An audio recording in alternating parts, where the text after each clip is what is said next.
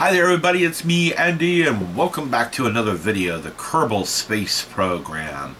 The latest update as to date on this video is 0.25, and they did add and change some things in here, which is pretty interesting. I'm going to go back out to the overview of the launch and building facilities here and stuff. They've got something interesting. My graphics look a little bit strange just because I had reinstalled Raptor and I allowed it to optimize my video here on KSP, and normally it does really good for my other games, but it sets the video up all messed up on my KSP, and I haven't finished retweaking it though. But I noticed this over here. It's a place with a swimming pool. It's called the administration building, and here I'm in sandbox mode right now. This is closed off, so I'll need to go take a look at that because I'm trying to think what it was. I mean, we got mission control here for the contracts now, so I'm not exactly sure what the administration building has to do. So, but anyway, there's a couple other things I wanted to show, changes that came about with 0.25 there, and some other things with some mods of mine.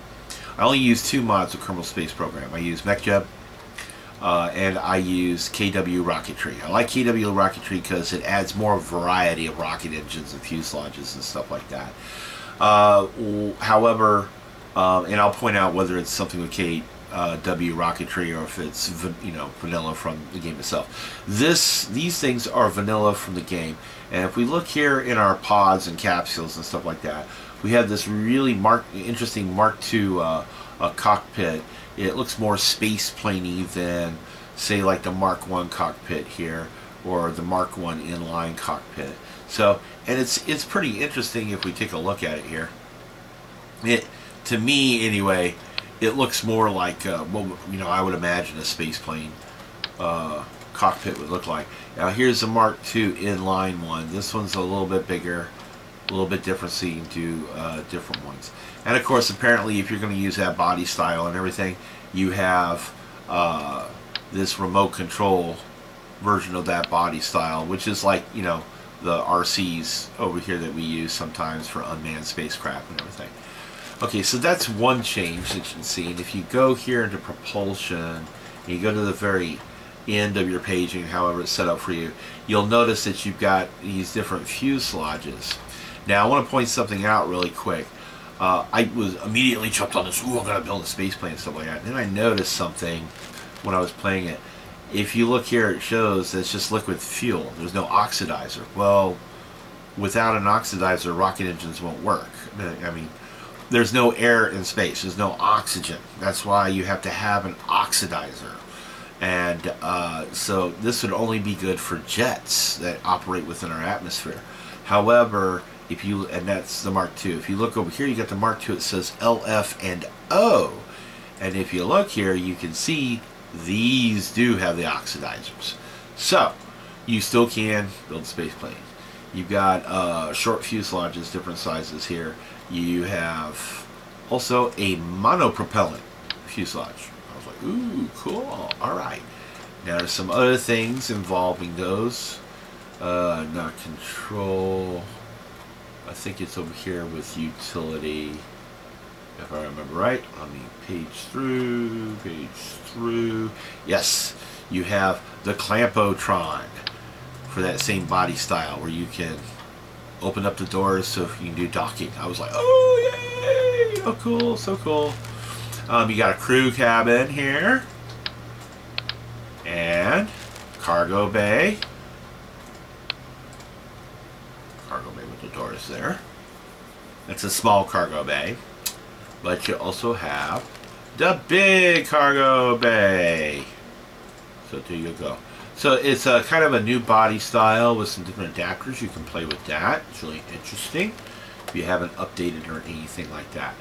Okay, the other thing that they did, which is part of the vanilla KSP, the update, is they added some different wing styles and evolons and stuff like that for aircraft, your space plane, and that stuff. So they did add stuff for that. They got some really interesting shapes in here, so that's been added. So now, other thing they did, come here in structure. I want you to take a look at the struts. It used to be, for the struts you got 3 different styles and stuff. But one of the things about the struts is the fact that, not the shear strength, but they had mass. They took that away. The struts no longer have mass. So, you know, a lot of times we're building something and it's like, you know, trying to bend over on a launch pad or whatever. We'd have to use a lot of struts. But unfortunately, it adds mass to our rockets, which means we need more thrust to get it up there. It takes away how far something, or, you know, how long our engines burn and stuff like that. Well, apparently, for whatever reason, they decided to take away the mass on the struts. So that was a good thing. I like that.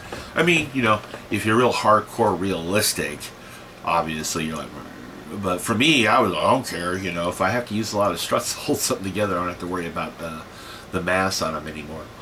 Okay, so I know you guys are seeing things. You're going, wait, he's not pointing that out, and I don't see that. Hang on, I'll get to that. That's part of the KW rocketry. Okay, which you'll really see, you know, in here with that. Also, the other thing about the space plane thing, they've got an adapter here so that you can place 2. You can place, you know, it'll hook in, but you can place 2 rocket or jet engines. So it's like, ooh, cool. All right, now let me get into the KW rocketry thing.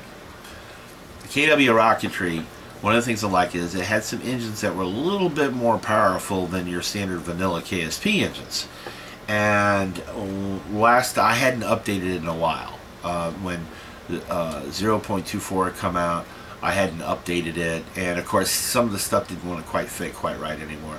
And I was like, well, I'll get around to it later. Well, I didn't really finally get around to it until they updated Kerbal to 0.25, and I was like, I have to update Metja once again. And it only takes, sometimes it's only a couple of days before the modders will update their stuff and stuff. So I went ahead and I was like, oh yeah, I need to go ahead and get the latest version of KW rocketry and make sure it's compatible with the latest version of Kerbal Space Program. And they had updated it. Well, not only did they update it, they'd added a bunch of stuff. I was like, oh, cool. Now, before this update, see that big engine? That's the Griffin. That comes with KW rocketry. And it had the biggest amount of thrust. And if I remember right, the thrust on it was 4,900. Well, as you can see, that's now changed. It's 5,000. Okay? But it's no longer the biggest engine on here anymore. Okay? They added fuselage size. You have I think, was it 1.5 meter fuselages, okay, fuel tanks and stuff like that. I'm sorry, yeah, I think it's 1.5. Yeah, it's 1.25 meters. Sorry. Okay. Then you have the 2.5. That means it's the diameter, 2.5 meters. Okay. And the biggest that they'd had at the time was the 3.5, and this is what the Griffin went on. This is what the Griffin went on. That's a pretty big engine. See, if I can get there. That's a pretty big engine. Okay. That was the biggest you know, it did a lot for me. That was the biggest you could have. Well, guess what they upped? Okay. They went up from the 3.75 meters. You now have 5 meters. These are huge tanks. This is the biggest tank, and it holds just under 25,000 fuel. It's 24,192 fuels. It's 5 meters wide. Well, they added some engines to go with this thing. Here's one of the engines here. It's called the Titan 5. The Titan 5 has a thrust of 5,800. So it's even bigger than the Griffin was. But it's still not the biggest engine. The biggest engines is here. They call it the Griffin Century. It's actually, if you look at it, it's the Apollo Saturn V engines. It's the Apollo Saturn V. This made me so happy. My biggest gripe with Kerbal Space Program was you could not make an actual Apollo type rocket. You could come kind of close, but the engine part was never going to look like it did on Apollo, on the Saturn V's rather. and they the modders, unless you went and got a mod, and it's still like that, but this mod they actually added. Now these engines have a thrust of 11,000. They suck the fuel up like you wouldn't believe. They also sound really, really cool. So, and I've used that in something so you can see it. So they made some changes there. They've got an unpainted fuel tank. Don't know why you'd want one unpainted. But of course, to go with their new 5-meter system, you've got different adapters here now for the 5-meter systems, which means they also added the 5-meter nose cone and 5-meter fairings for encapsulating things, that, you know, to make your rocket more aerodynamic and look smooth. So they added it to that, and I actually got that on a rocket to show you guys. Well, you know, I think it was my last video, you know, it was like, well, we want to see an Apollo-like rocket. So I had made this rocket here. This is an Apollo-like rocket, okay? But I had to use boosters. Let me zoom out here. I had to use boosters to give it the right thrust, because the Griffins down here just, they weren't enough thrust for the Apollo-like rocket. Well, with this latest update with the KW rocketry, okay, I now have an Apollo-like rocket that's more Apollo-like than anything else. There you go. This is a big rocket. It's a really big rocket. So now we got one that looks a lot more like Apollo. Okay. And I actually went to the moon last night with this thing and everything. Let's launch it, because I want you to hear what these engines sound like. It's kind of like, whoa! Yes, I got MechJeb on this. I like to use MechJeb. Okay.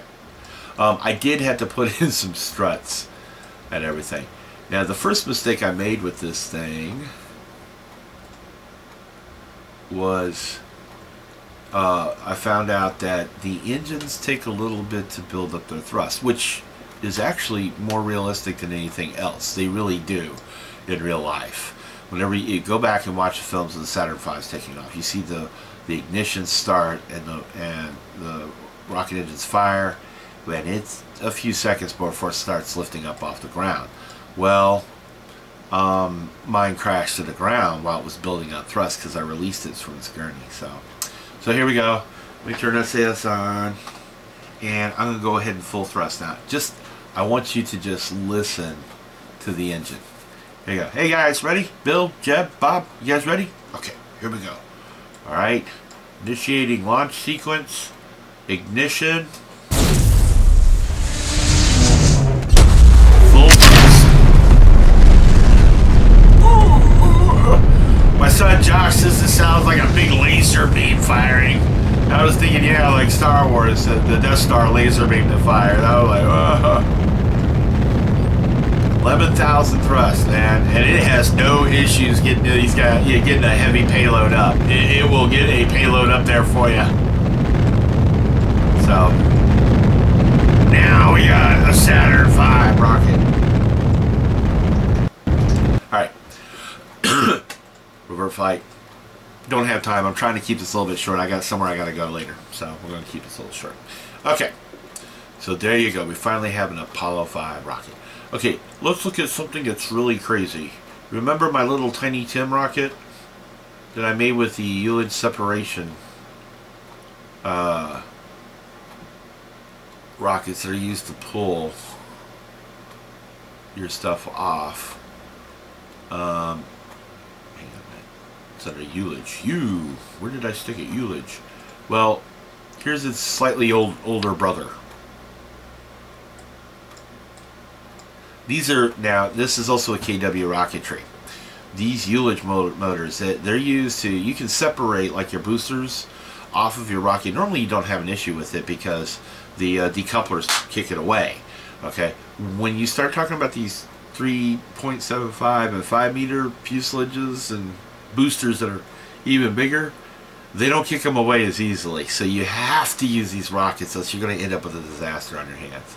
They got some thrust to it. So I was like, I wonder if it can actually lift a small capsule with Jebediah in it. Excuse me. Was out in the weather this weekend camping, and I think I'm coming down with a cold now because of that. It just, you know, when you're in the wet, rain, cold and stuff. So let's see. First though, I gotta take care of something, because if I don't do this, we're gonna have some issues. Okay. Alright, Jebediah, you ready? We don't do thrust. I'm not doing... I might turn SAS on, but here we go. Watch how fast this sucker is.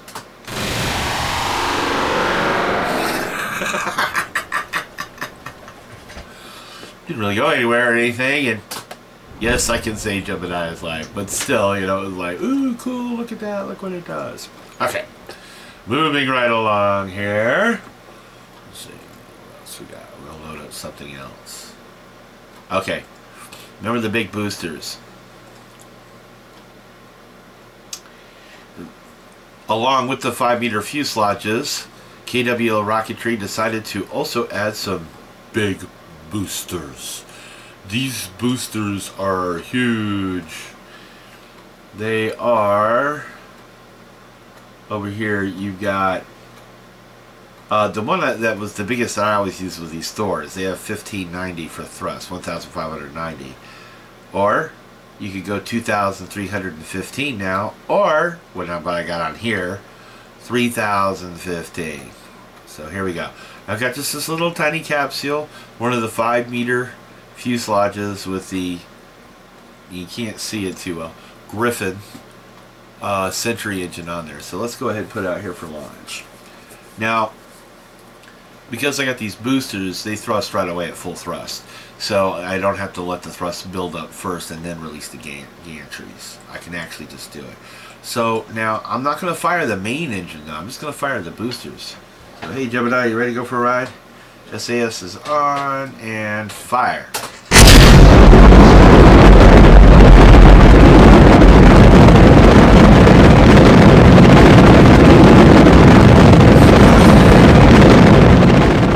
Whew, that's loud.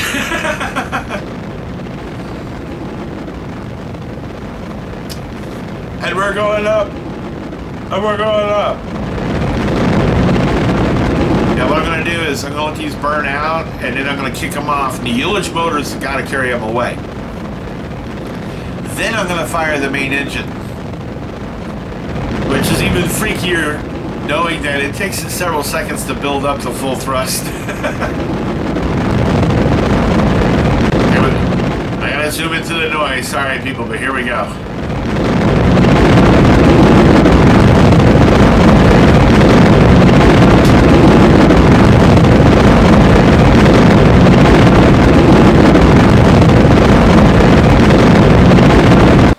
Here we go. Set.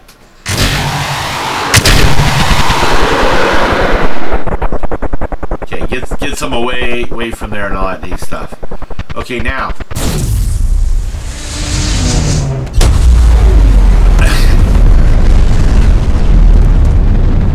That main engine.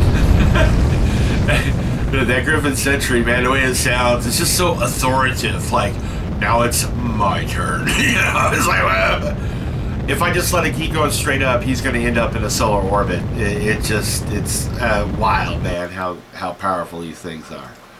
Okay, let's go back. Gotta show you other stuff. Now, I'm going to show you something. I'm going to load up a smaller rocket real quick again. Because I want to show you that something gets a change from... we'll just do the ullage one. Will it? I need something that will blow up. Oh, here, I'll go ahead and show you this guy, my shuttle, because it's not working right anyway. Okay, so with that new, you know, the space with the new 5-meter stuff, I've actually been able to build a shuttle that the center of gravity is not back here and make it fall over and all that neat stuff. The center of gravity is actually here because of the 5-meter stuff. That you've got now. The only problem is it's still not flying right, so it's not flying right for me. But that's okay. That's okay, because you see, I have something I'm going to do here. No, you're not seeing things. Yes, I want it upside down. But Andy, why? You're going to see in a minute.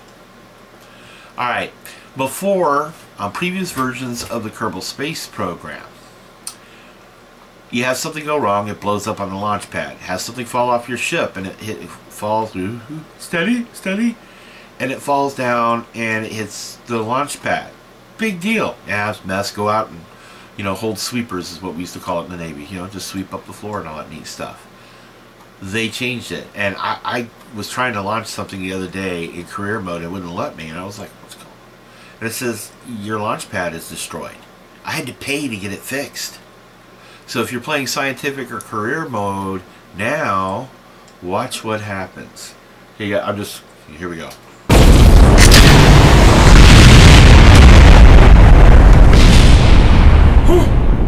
The devastation! Look at the launch facility. It's destroyed now. And it will stay that way until you pay to have it fixed. Now, if you revert your flight, revert back to launch or revert back to the hangars, no, it won't do this. I'm assuming they've done the same thing with any of these facilities.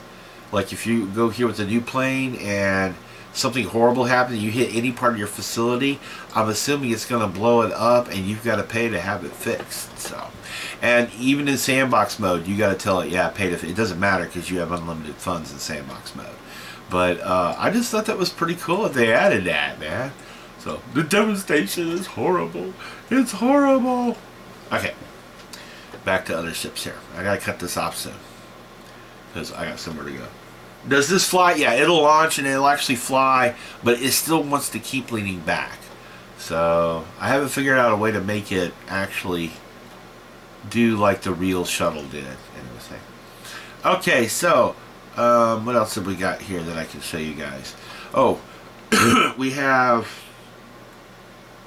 hang on, two other things. Okay, real quick, I have this thing called the Big Veggie. Why do you call it the Big Vegetable or Big Veggie? It uses the asparagus fuel yeah. Rocket! There's rockets right in our face! Yeah, because it's all the 5-meter system. The asparagus fuel staging is when you're not going to use boosters, but you need to get really up there, and so you have to use a bunch of liquid fuel tanks. And that's what these yellow hoses are. Now, you can do different systems. I use the 6 system. You have your center tank, and then I got 6 tanks all around, and they have their engines too. And I call this number 1, 2, and then 3. Then it starts again, 1, 2, and 3. And the way it works is, as these are burning, okay, once this one, number 1 here, and number 1 directly opposite will finish first. Okay, they're done. So I pop them off, get rid of them. They're dead weight. When I do that, for some reason, it refuels these other tanks. Okay, it's like free gas somehow. Then number 2, and it's opposite number 2 over here, same thing happens. When they're finished, I kick them off, refuels your tanks. Then same thing with the number 3s, and its opposite counterpart there. Once they're done burning, I kick them off, and that leaves my main tank, and it refills it for some reason. I don't know if it's a bug or whatever, because the physics of it does not make any sense. You know, you wouldn't have enough left over to get it. But I've done the asparagus system with many, many things, and I really wanted to do it with these 5-meter tanks and these huge 11,000 thrust engines. Why? When you got plenty of boosters and stuff, you know? Because I can. Because they go boom. They're really big. Just wanted to see it. Problem is these 5-meter tanks, while I can put them right up against the main fuselage, these engines, the combings on the side stick out. So it wasn't working. So I had to come up with a girder system to move them just ever so slightly out. The extended decouplers aren't big enough. So this was tedious. You don't want to know how tedious this was. Yes, there's struts. Yes, there's Ullage motors. This is the only way it'll work. So let me shut up and put it on a launch pad and launch it for you. You think that Griffin Century engine by itself sounds wild? Try having 7 of them fire at once, which is what we're about to do. Easy, steady, steady. I had to put in extra girders there, or launching supports, because it was like, Jebediah, you ready to go for a ride? That's the other thing. Put an itty bitty capsule on top of it. So, okay, SAS is on, full thrust, and there's enough thrust here. It'll pick up right away. Here we go.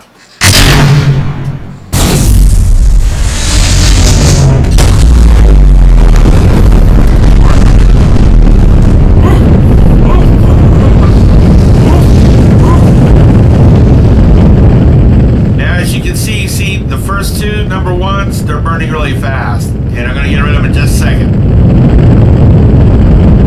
Set.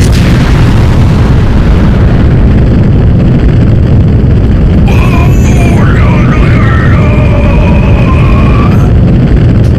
Except I don't have time. I'm sorry. I have one more thing I wanted to show you guys, so let me show you to you real quick. This spaceship is called Surprise. And there's a reason. Yep, I know. There's rockets. Let's go to Surprise real quick. Surprise. Surprise. What's the surprise? Again, I'm having to use the biggest boosters and a 5-meter tank and this Griffin Sentry. Why? Because the payload is a big surprise. It's a big surprise. So let's put it out here. I used it after I finally got it built and working and stuff. I brought my son Josh in here, and I said, "You want a surprise?" He goes, "Yeah, I want a surprise." So I put it in orbit and surprised him. Now, easy. It's a little top heavy. It's just a little top heavy. Okay, I don't really have time to take it all the way to orbit. So I'm just going to get it up in the air and show the surprise to you anyway. So let's launch it. Here we go. Full thrust. Fire.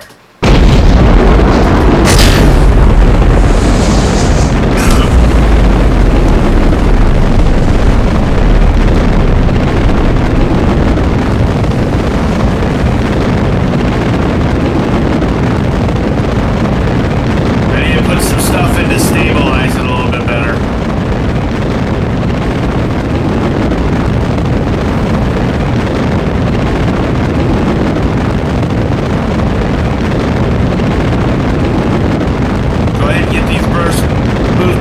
Boosters burned out and off of here. Hang on a minute.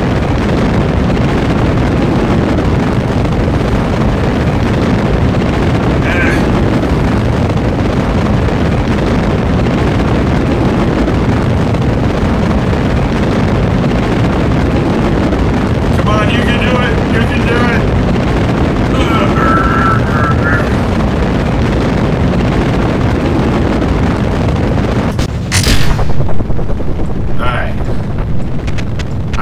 Fly like that for a little while.